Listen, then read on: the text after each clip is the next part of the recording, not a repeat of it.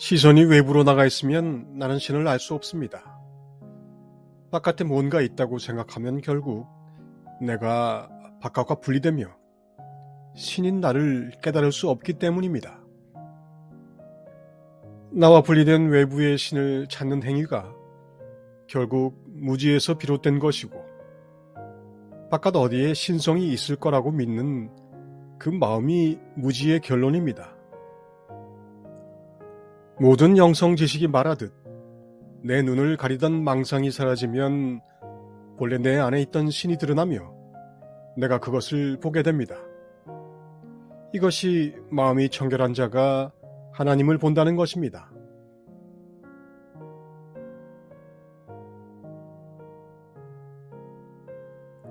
우리가 찾는 내가 곧 신입니다. 생각 없이 고요한 자각 상태가 곧 신입니다. 하지만 우리는 그것을 직접 보기보다는 신이라는 바깥의 관념으로 깨우치고자 합니다. 그래서 어쩔 수 없이 방법을 만들어 바깥이라는 망상을 깨우치도록 하는 것이 대부분의 수행법들입니다. 신을 깨우치기 위해 현실을 이해하도록 한 것이죠.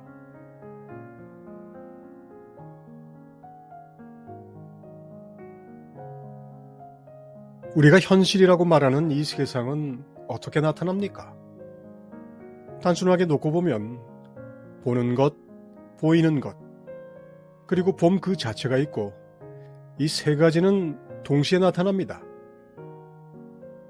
보는 것, 보이는 것, 봄은 사실상 하나를 이루는 세 가지 시선이며 이 세 가지 중에 하나라도 없다면 우리가 말하는 암, 인식작용은 일어날 수 없습니다.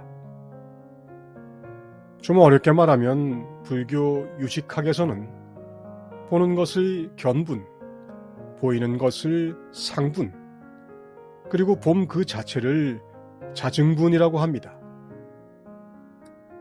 그리고 이런 세 가지 시선을 모두 알고 파악하는 것을 증자증분이라고 합니다.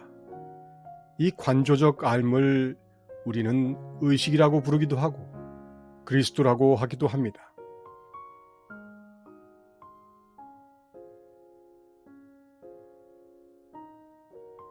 알의 비유에 흔하게 등장하는 것이 영화관이죠. 보는 것과 보이는 것, 봄 그 자체가 바로 영화가 상영되고 영화 관람이 이루어지는 상황과 같습니다. 그런데 영화가 상영되거나 말거나 영화관은 그냥 있습니다. 그것을 바로 내가 있음이라고 말하는 것입니다. 실제하는 것은 영화관입니다.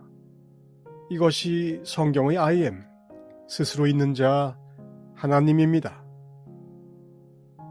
영화가 상영되거나 말거나 관람되거나 말거나 내가 있으면 그냥 있습니다. 영화의 성격은 물론 상영 여부에도 전혀 관계없이 영화관은 실제합니다. 그래서 그것을 참나라고 합니다. 내가 있다는 I am의 자각은 보는 것, 보이는 것, 봄을 이루어내는 영화관이면서도 그런 것 없이도 실제하는 특성을 가집니다. 그래서 그것의 특성을 텅 비어 있지만 충만하다고 합니다.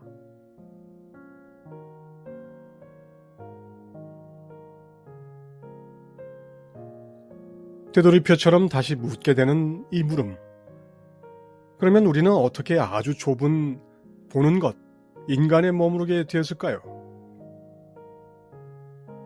여러 영성 지식에서는 자존하는 거울이 자신이 거울임을 인식하기 위해서, 즉 하나님이 스스로를 알아보기 위해 자신이 아닌 것으로 나타나야 했다고 말합니다.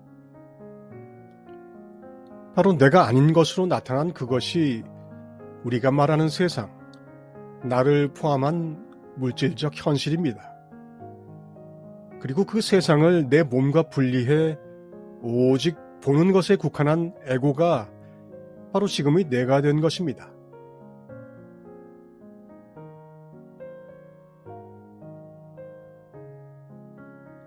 이것이 우주와 세상의 창조 원리입니다. 세상의 모든 정통 경전이 똑같이 말하는 이야기입니다. 켄 윌버는 우스갯처럼 혼자 점심 먹기가 심심해서라고 말하기도 합니다.